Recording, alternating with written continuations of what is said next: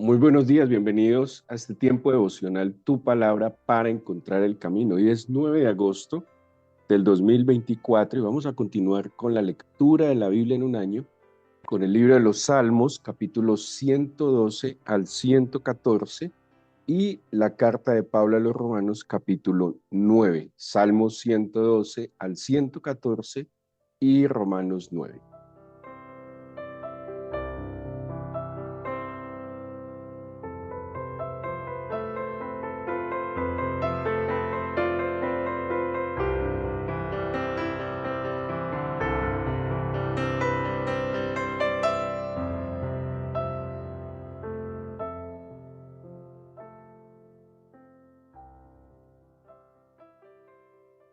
Nosotros que hemos seguido este camino de la fe, sabemos, entendemos, aceptamos que la Biblia es un libro de fe y para fe.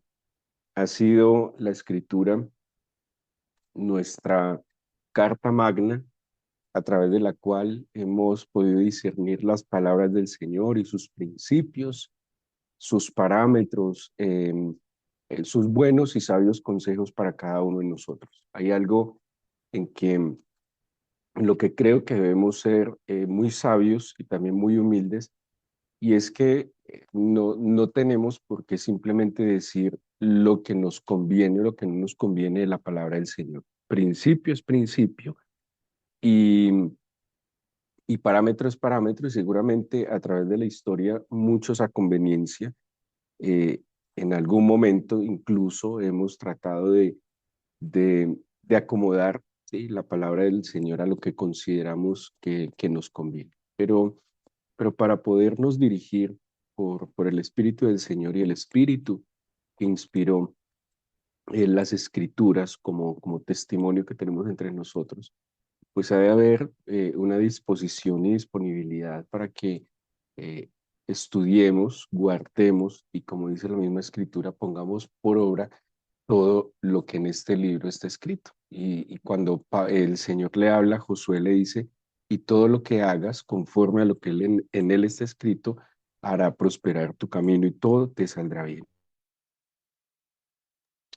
Así que quisiera hoy centrarnos en la carta a los Romanos, en un tema que en estos tiempos se ha vuelto un tema muy crítico seguramente por algunas conveniencias políticas, económicas, no sé qué.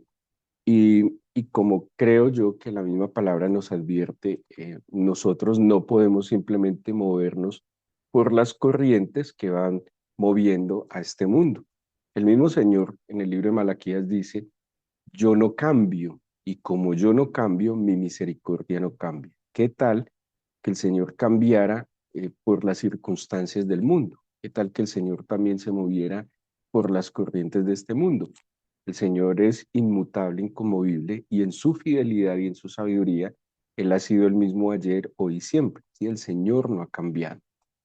Así que nosotros no tendremos por qué cambiar nuestras posturas respecto a la fe, al Señor y a lo que dice la Escritura por conveniencia o por temor.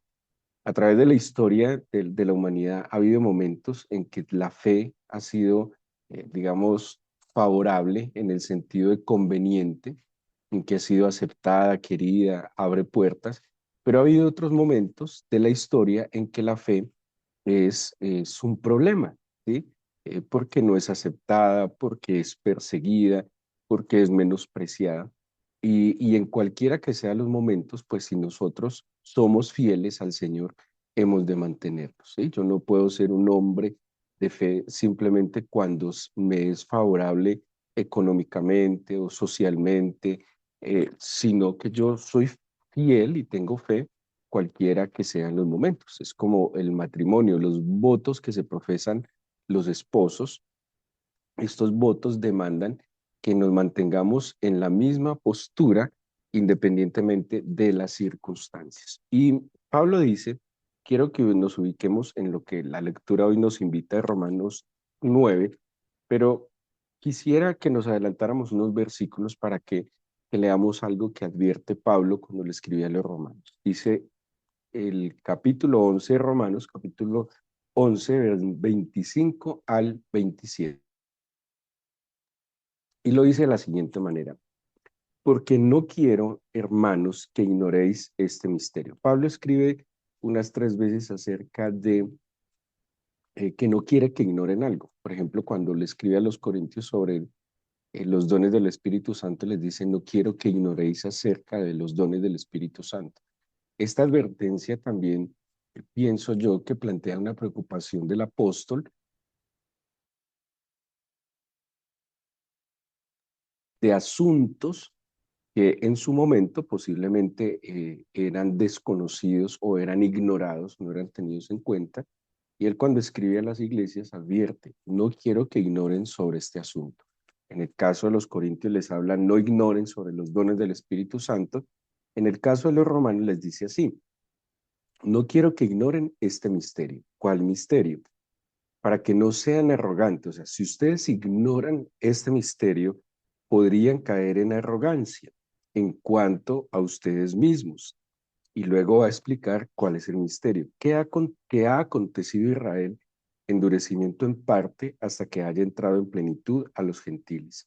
Y luego todo Israel será salvo, como está escrito: vendrá de Sión el libertador, que apartará de Jacob la impiedad, y este será mi pacto con ellos cuando yo quite sus pecados. El misterio tiene que ver con el pueblo de Israel, tiene que ver con el origen de la palabra del Señor, el origen de nuestra fe, porque nuestra fe en Jesucristo tiene un origen, sin duda alguna, en Israel, en el judaísmo, ¿sí? Nuestros fundamentos de fe, o sea, la Biblia no fue escrita en el Nuevo Mundo, ¿sí? La Biblia no fue escrita en Occidente, si bien algunas cartas de Pablo pudieron haber sido escritas desde la actual Turquía, posiblemente algunas desde la actual Grecia, pero el origen y la esencia de la palabra del Señor viene precisamente de Israel y de su pueblo, ¿sí? Eh, Podríamos decir que el único posiblemente escritor que no era del pueblo de Israel que tenemos en la escritura, posiblemente era Lucas, que se dice que era de origen griego, pero también de raíces judías. Así que Pablo está haciendo una advertencia: no quiero que ignoren esto, porque si ustedes ignoran esto, pueden caer en arrogancia. ¿En qué?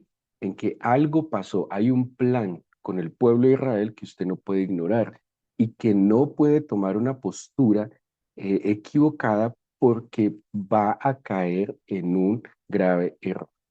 En todos estos tiempos, por los conflictos y las situaciones que se están dando en el mundo y en Israel, pues el mismo pueblo de Dios, hablo de la iglesia cristiana, ha asumido posturas, pienso yo, equivocadas. Y mis posturas no pueden ser guiadas por oleadas ideológicas, sino por lo que la palabra del Señor me dice. O a mí me guía y me orienta lo que la palabra del Señor dice, o a mí me guía y orienta las tendencias o las corrientes o las olas ideológicas que van llegando día a día. Y es una decisión que yo tengo que tomar constantemente. O a mí me dirigen los principios del Señor que están consignados en la Biblia, o me dirige su Espíritu Santo, o me dirige lo que cada día, cada persona le viene en gana inventarse y simplemente empezar a generar unas tendencias. ¿Qué dice aquí la Biblia? Yo no quiero que ignoren. Y es muy triste cuando se supone que los cristianos han de ser un pueblo preparado, un pueblo docto, ¿sí? Que no traga entero, es un pueblo que va más allá, que escudriña, que profundiza. Simplemente a veces se dejan llevar en unas corrientes que los está haciendo caer en errores gravísimos con consecuencias terribles. Y ahorita voy a alcanzar, creo yo, a decirles algo de esto. Así que ubiquémonos de nuevo en el capítulo 9, porque los capítulos 9 al 11 va a centrar el tema en la situación espiritual que le aconteció al pueblo de Israel, ¿sí? Y en ninguna parte de esto Pablo dice que hay que maldecirlos, que hay que manifestarse en contra, que hay que defender otras posturas, ¿sí? Sino que por el contrario dice: tengan en cuenta y tengan una postura adecuada respecto a esto. Volvamos entonces al capítulo 9 de Romanos y dice: Verdad digo en Cristo, no miento, y mi conciencia me da testimonio en el Espíritu Santo que tengo gran tristeza y continuo dolor en mi corazón, porque deseara yo mismo ser anatema, separado de Cristo por amor a mis hermanos, los que son mis parientes según la carne. Pablo, cuando le escribe a los Gálatas, dice claramente quién es él. Dice que es de la tribu de Benjamín, israelita, que en cuanto a la fe, él era fariseo, o sea, claramente él se identifica como un judío, como un israelita. Y aquí está diciendo que él mismo quisiera ser anatema, o sea, él mismo estaría dispuesto a llevar sobre él maldición por ver a su pueblo convertido al Señor. ¿Sí? Ahora, ¿quién es y cuál es la cuna del cristianismo? Y eso es innegable. La cuna del cristianismo está en el judaísmo. Primero porque nuestro Señor y Salvador es judío. Segundo, porque es la iglesia, los apóstoles, los discípulos, los primeros digámoslo así, quienes fundan la iglesia universal son judíos, que en la medida en que fueron evangelizando y esparciéndose por el mundo, pues obviamente se añadieron pueblos que conocemos según la Biblia, pueblos gentiles. Dice Pablo en el versículo 4 y esto es muy importante y no lo podemos perder de vista porque está en la Biblia, no solo lo dice Pablo, está en el Antiguo Testamento. Ahora, usted no puede simplemente en arrogancia, de verdad que la ignorancia es necia y la ignorancia genera un orgullo y una arrogancia que es tonta, que es ilógica, porque yo no puedo por arrogante y por ignorante creer que porque yo tapo el sol, entonces yo destruía el sol, ¿sí? No hay manera, por más esfuerzo que usted quiera hacer, por más orgulloso que quiera hacer, hay cosas que son inevitables, hay leyes universales, hay cosas establecidas que usted así quiera contradecir, no va a contradecir, la naturaleza es la naturaleza. Usted puede decir que va a desafiar la gravedad tirándose de un edificio de 9 pisos, y lo único que va a lograr es acabar y destruir con su propia vida. Y eso es lo que está haciendo el ser humano, desafiando las leyes universales y eternas establecidas, contradiciéndolas, lo único que está haciendo es acabar con su propia vida, una autodestrucción. Así que Pablo va a decir lo siguiente, que son israelitas. Ojo, mire lo que va a decir de los israelitas. Versículo 4, que son israelitas, de los cuales son la adopción. Porque ¿a quién llamó el Señor en el libro del Éxodo primero como sus hijos? Llamó al pueblo descendiente de Abraham, de Isaac y de Jacob. Y es en esa línea genealógica que así lo dice. Porque Abraham tuvo 6 hijos más, porque Isaac tuvo otro hijo más, ¿sí? Pero no fueron ni todos los hijos de Abraham, no fueron todos los hijos de Isaac, sino que fue Abraham, Isaac y Jacob. Jacob, cuyo nombre fue cambiado por Israel, quien tuvo 13 hijos, 12 varones, una mujer, y aquellos 12 hijos que iban a ser los patriarcas, los padres, los fundadores, digámoslo así, de las tribus, quienes serían más adelante el pueblo de Israel. Entonces está diciendo, ellos son la adopción. Segundo, dice la gloria, es que son palabras mayores. Y la gloria implica que la sumatoria de las virtudes del Señor, Él las quiso proyectar al pueblo, a su pueblo, a los descendientes de Abraham, de Isaac y de Jacob. Dice, ellos son la promulgación de la ley, lo que les dije ahora, y a propósito, el libro de Isaías, escrito 800 años antes del libro de los Romanos aproximadamente, el libro de Isaías en sus inicios dice lo siguiente. Estoy buscando Isaías en el capítulo 1, 2, ya les digo con precisión. Dice que de Jerusalén vendría, perdón, vendría la palabra del Señor, ¿sí? Que de Jerusalén vendría la salvación y vendría la palabra del Señor. Dice el capítulo 2, desde el 1, lo que ve Isaías, hijo de Amós, acerca de Judá y de Jerusalén. Acontecerá en lo postrero de los tiempos que será confirmado el monte, la casa del Señor, como cabeza de los montes, y será exaltado sobre los collados y correrán a él todas las naciones. Y vendrán muchos pueblos y dirán, venid y subamos al monte del Señor, a la casa del Dios de Jacob, y nos enseñará sus caminos y caminaremos por sus sendas, porque de Sión saldrá la ley y de Jerusalén la palabra del Señor. Y juzgará entre las naciones y reprenderá muchos pueblos y volverán sus espadas en arados y sus lanzas en hoces, no alzará espada nación contra nación, ni se adiestrarán más para la guerra. Hay un futuro glorioso en paz que el Señor ha establecido en Jerusalén, pero dice claramente, desde Jerusalén vino la promulgación de la ley. Desde Jerusalén el Señor estableció bendecir al mundo entero. Entonces, si un pueblo, si un lugar fue el instrumento del Señor para bendecir a las naciones, ¿por qué nosotros nos vamos a atrever a maldecir? Eso es en lo que creo que debemos cuidarnos, que lo vengo advirtiendo desde hace algunos meses y que en verdad tenemos que considerar a la luz de la Escritura y a la luz de la verdad del Espíritu del Señor. Entonces, ¿qué nos está diciendo?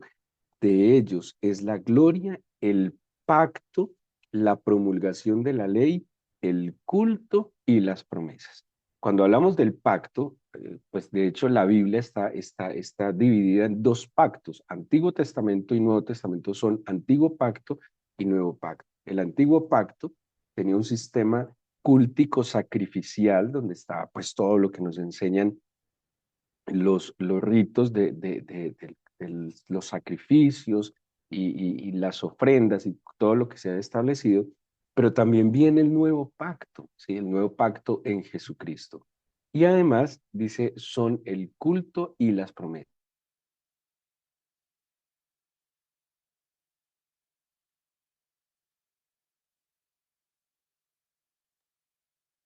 El culto y las promesas. O sea que la verdadera adoración, ¿quién nos la enseñó?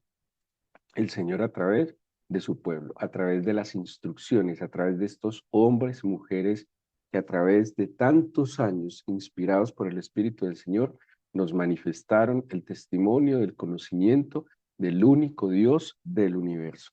Y dice el versículo 5 de quienes son los patriarcas, ¿sí? O sea, los patriarcas vienen son descendientes de Israel, los patriarcas no son griegos, los patriarcas no son babilonios, los patriarcas no son árabes, los patriarcas no son romanos, los patriarcas vienen de los lomos de Israel y dice, según la carne, ojo, de los patriarcas y de aquellos patriarcas, específicamente de Judá, de los cuales, según la carne, viene Cristo, el cual es Dios sobre todas las cosas, bendito por los siglos. Amén.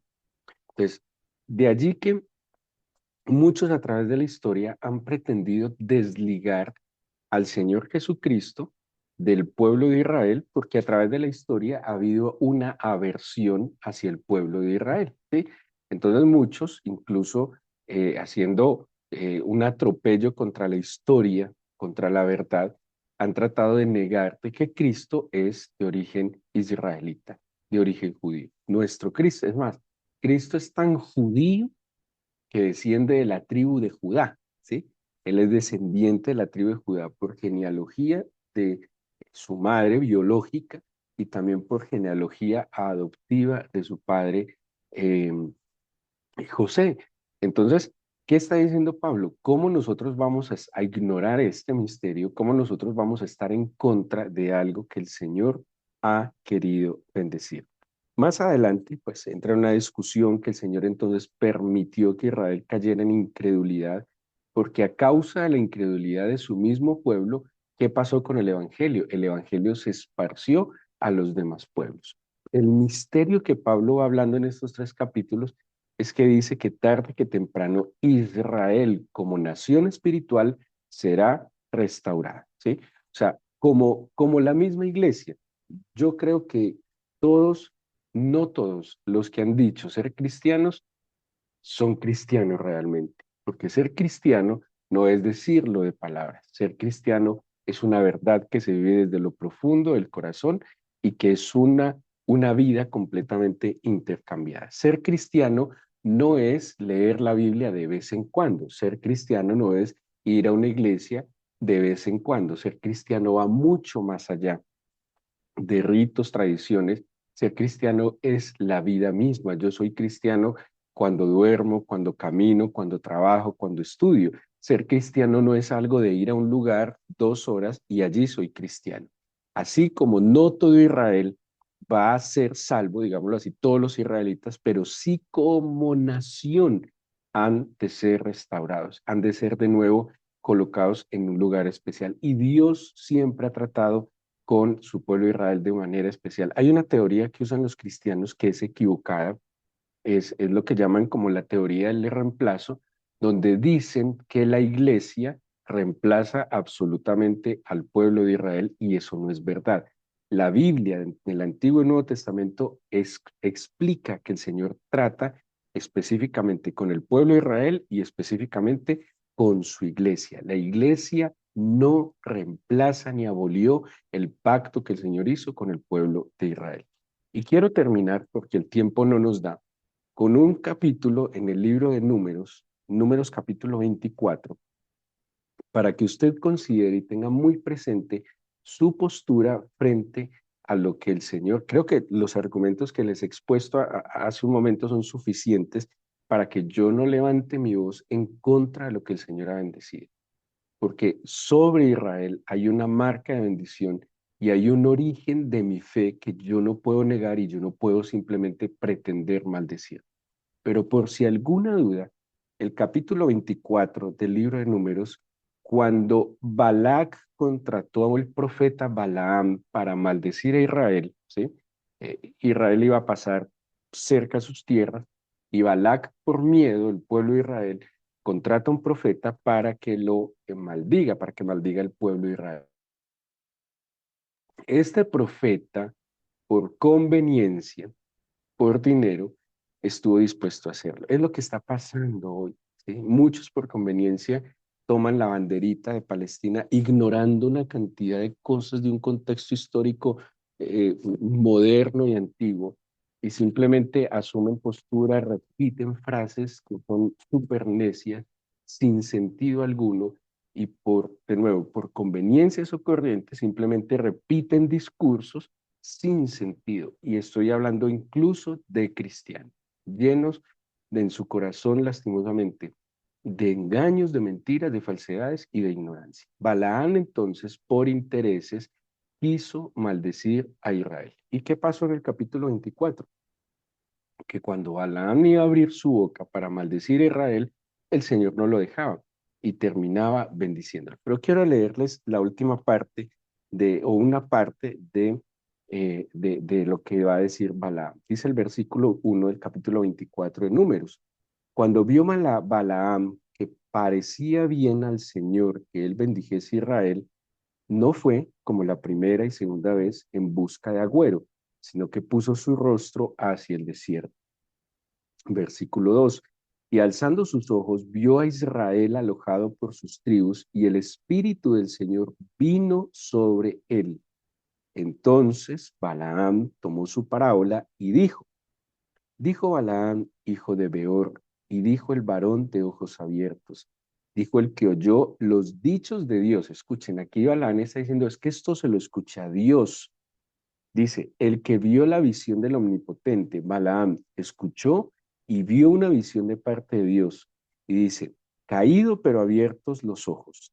Cuán hermosas son tus tiendas, oh Jacob, tus habitaciones, oh Israel.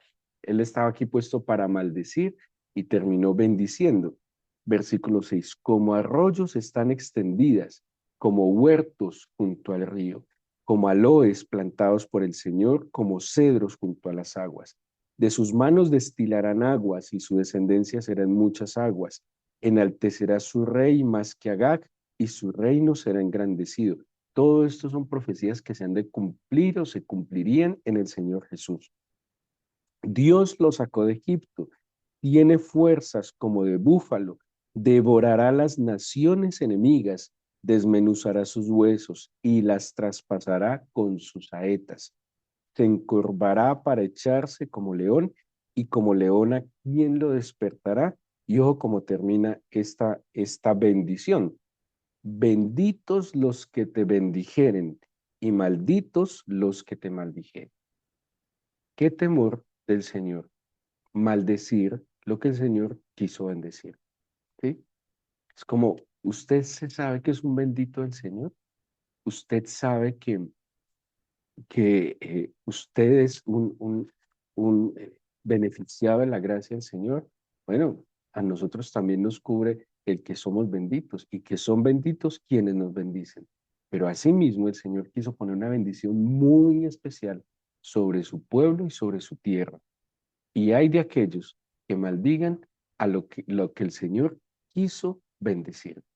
Así que si el Señor bendice algo, yo no puedo, no tengo cómo enfrentarme a la bendición del Señor. Más bien, sigamos el consejo del Salmo 122. Y creo que siendo un poco más sensatos, humildes, como dijo Pablo, no quiero que ignoren este misterio para que no caigan en arrogancia. El Salmo 122 que aconseja, pedid por la paz de Jerusalén y sean prosperados los que te aman. Pidamos por la paz de Jerusalén. Asimismo, pidamos por la paz de nuestro país. En verdad, pidamos por la paz del mundo. Y la paz del mundo solo puede venir cuando las personas vuelvan su corazón al Señor. Es muy difícil que dos personas con posturas completamente opuestas lleguen a acuerdos. Pero, si cada una de estas personas asume la postura del Señor, ahí es donde encontraremos paz. Somos diferentes, pensamos diferentes, pero si cada uno en humildad reconoce al Señor, a su Salvador, a su Dios, al que le dio la vida, al que lo creó, y humildemente le obedece, pues en esa disposición a rendirnos al Señor es donde encontraremos acuerdos, es donde encontraremos la paz. Por eso dice, la paz de Dios sobrepasa el entendimiento. No le podemos pedir paz a quien que promueve la guerra. La paz, la verdadera paz está en Jesucristo. A mí no me pueden echar discursos de paz total alejados de la verdad del Señor, alejados del príncipe de paz. Y usted que me está escuchando seguramente que ha caminado con el Señor Jesucristo, sabe de qué le estoy hablando, sabe que le estoy hablando de una paz que no tiene lógica, una paz que en medio de la tormenta le permite a usted estar anclado, bien parado. Así que si usted sabe de qué le estoy hablando, ¿cómo entonces vamos a esperar y a tener esperanzas que la paz estará en medio de los hombres cuyos corazones están llenos de resentimientos, de odios, de egoísmo, que están llenos de conveniencia? Solo Jesucristo, el príncipe de paz, puede traer paz. Pero que nosotros nos hallemos del lado correcto, no solo de la historia, porque esto no es un tema solo de la historia, del lado correcto de la verdad eterna del Señor. Estamos del lado correcto de lo que el Señor ha tenido para nosotros. No podemos simplemente determinar qué creemos, qué no creemos, qué nos conviene, qué no nos conviene la Escritura. O la creemos o no la creemos. ¿Sí? O somos de fe o no somos de fe. Los puntos intermedios no son buenos. La imparcialidad no es buena y no es verdad. La Biblia no enseña imparcialidad. La Biblia enseña posturas. Y el Señor dijo, o usted está conmigo o está contra mí. O usted conmigo recoge o contra mí esparrama. O usted está en la luz o está en las tinieblas. O usted está en la verdad o está en la mentira. Y sí, sí es de posturas. Sí es de alguna manera, teniendo mucha claridad en el concepto, sí implica ser radicales. Primero, radicales conmigo mismo. Es que el radicalismo nocivo y dañino es cuando yo pretendo ser radical hacia otros, con otros. No, el radicalismo es en mi postura, en mi vida, en mis principios.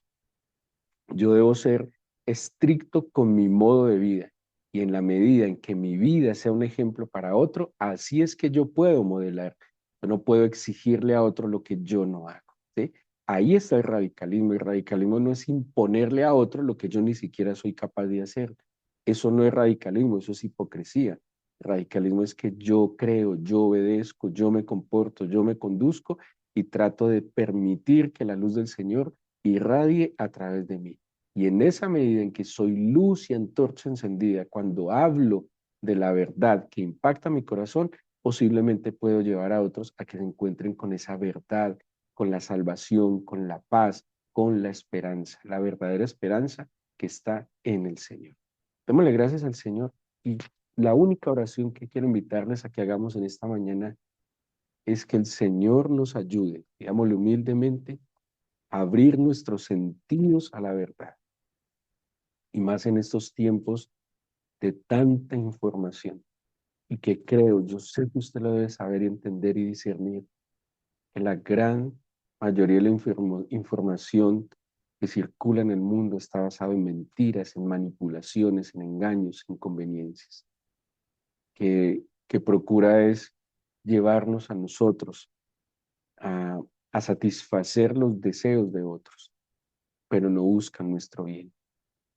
En verdad hay que apagar más las pantallas, encender más el corazón y el espíritu para poder escuchar la voz del Señor en medio de tanta confusión. Solo le invito a que le pida al Señor que revele a su corazón la verdad, que revele a su corazón lo que hay en sus pensamientos, en los pensamientos del Señor, y que usted se ha guardado de la mentira y del engaño. Muchos se desvían del camino porque fueron engañados, no simplemente porque fueran malos, maliciosos o pecadores, no, muchos en su ignorancia, en su inocencia son engañados y son llevados a caminos de perdición.